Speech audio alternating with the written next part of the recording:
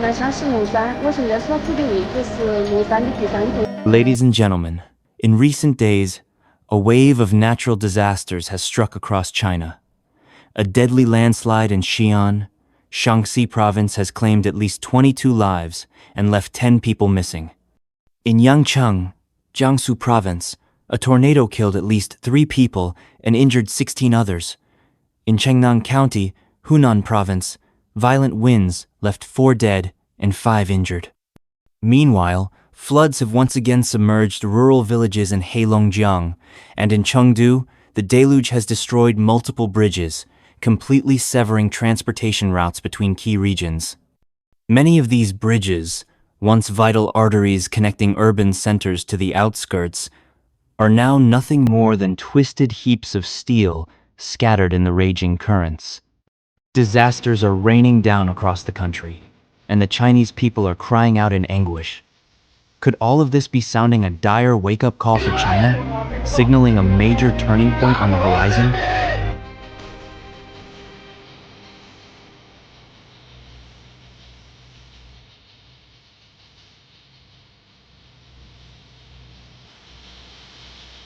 On the 10th of July, the Shaanxi Provincial Traffic Broadcasting Station reported a massive landslide in Weiziping Village, Chang'an District, Xi'an City. According to a preliminary analysis by local authorities, the disaster was likely caused by an upstream mountain collapse that blocked the natural water flow. As water accumulated behind the blockage, the growing pressure eventually burst through, releasing a torrent of floodwater and debris that triggered a catastrophic landslide downstream. The sudden event gave residents little to no time to react. Several homes were severely damaged, rural roads buried under mud and debris, and all transportation to the area was cut off. By midday on the 10th of July, 3 sections of National Highway 210 had been urgently reopened, 49 communication stations were back online, and electricity had been restored to 855 households. However, search and rescue efforts continued, as several people remained missing. Local authorities confirmed that the landslide had killed at least 22 people, and 10 were still unaccounted for. The tragedy struck near a popular weekend getaway in the outskirts of the city, where many tourists had gathered. Emergency rescue teams are racing against time to reach the affected area, searching for survivors and helping evacuate those still in danger. Beyond Xi'an, the cities of Mudanjiang and Dongning in Heilongjiang province have also been overwhelmed by severe flooding. On the morning of the 10th of July, Xinhua News reported that Typhoon Danis had brought heavy rainfall to the region, pushing river levels well beyond warning thresholds.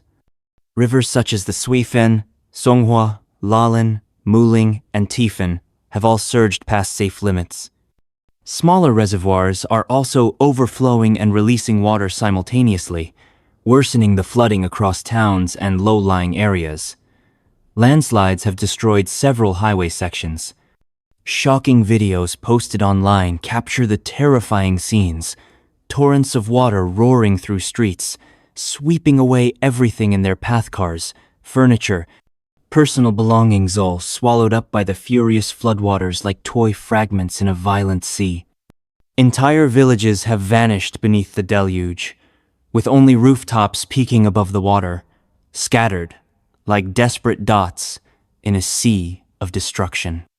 The roar of the current, mixed with the screams of residents, paints a chilling and suffocating portrait of survival. Roofs, once mere shelter from sun and rain, have become the last lifeline for people clinging to life in the face of nature's fury. A powerful flash flood struck the scenic Huaxian Valley in Jintang County, turning what was once a peaceful natural haven into a scene of utter devastation in mere moments. Raging waters swept away multiple bridge pillars, and several bridges that once connected different areas within the tourist site collapsed into the torrent below. On the 10th of July, officials in Dafeng District, Yangcheng City, Jiangsu Province, announced that around 4 p.m., due to strong convective weather, a tornado touched down in multiple towns across the district. The disaster left at least 3 people dead, 25 injured, and caused damage to 383 houses and 35 vegetable greenhouses. According to assessments by the China Meteorological Administration and Jiangsu province authorities, the tornado was classified as EF2, with wind speeds reaching 134 to 160 kilometers per h, 83 to 99 miles per hour, powerful enough to overturn vehicles, uproot large trees, and rip roofs off buildings. The hardest hit areas included Wanding, Nanyang, and Shaoyuan towns. Footage recorded by locals captured the terrifying moment a massive, funnel-shaped vortex tore through the countryside, with the sky turning a deep gray and debris swirling violently across open fields. From June to early July, severe flooding has affected large swaths of China, most notably in Hebei and Heilongjiang provinces, causing significant loss of life and property. Following record-breaking rainfall in Beijing, Tianjin, and surrounding areas of Hebei in early July, the Chinese government has been accused of diverting floodwaters toward Hebei's surrounding counties in a bid to protect the capital and Xiong'an New Area politically significant zone championed by President Xi Jinping. This move has left numerous towns, villages, and vast farmlands in Hebei submerged under floodwaters. Among the worst-hit areas is Zhuozhou City and its neighboring districts, where residents have lost not only their homes and livelihoods, but where large-scale high-tech industrial parks have also been severely damaged. Zhuozhou is home to a provincial-level economic development zone, including hubs like Jingnan, Songlin, and multiple state-owned enterprise branches and central agencies. Today, several key infrastructure projects in the region remain underwater, some as deep as 6 meters, nearly 20 feet.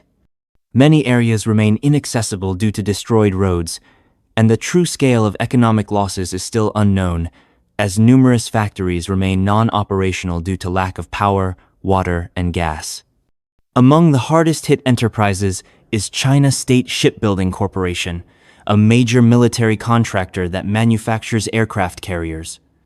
At least 6 projects and production workshops belonging to the company have sustained heavy equipment damage, with losses estimated in the hundreds of millions of yuan. Additionally, the massive Expers Industrial Data Center, located in the Zhuozhou High-Tech Industrial Development Zone, has suffered heavy flood damage, with a total investment of 1.8 billion yuan, nearly $249 million USD, and covering an area of 42 hectares. This key facility has been significantly affected.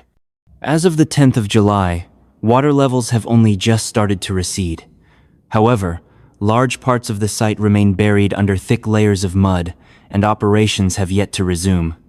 Just an hour's drive from Beijing, Xiong'an New Area, new political and development hub envisioned by President Xi Jinping as the symbol of China's modernization and the Chinese dream, is still under construction. But caught between Beijing and Xiong'an is Zhuozhou City, home to about 1 million residents, which has been devastated by the worst flooding in years. When historic rainfall struck Beijing and the surrounding regions, the Chinese government made a highly controversial decision to redirect floodwaters away from the capital and toward Hebei provinces, specifically targeting areas like Zhuozhou, turning them into sacrifice zones to protect the capital and the new political center. This meant vast stretches of villages, factories, high-tech parks, and the lives of millions of ordinary citizens were deliberately put in harm's way. Homes were washed away, infrastructure collapsed, and livelihoods were destroyed in an instant.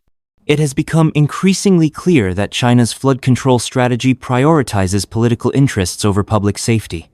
Urban centers like Beijing, Tianjin, and Xiong'an are given top protection in national planning, while densely populated but rural and economically vital areas are often designated as flood buffer zones.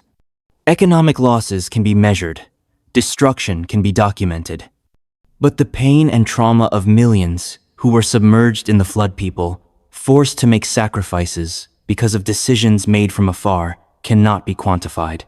When disaster strikes, a nation's first priority should not be preserving iconic landmarks or political centers, but protecting its people, the ordinary men and women who live, work, and hold on to hope each day.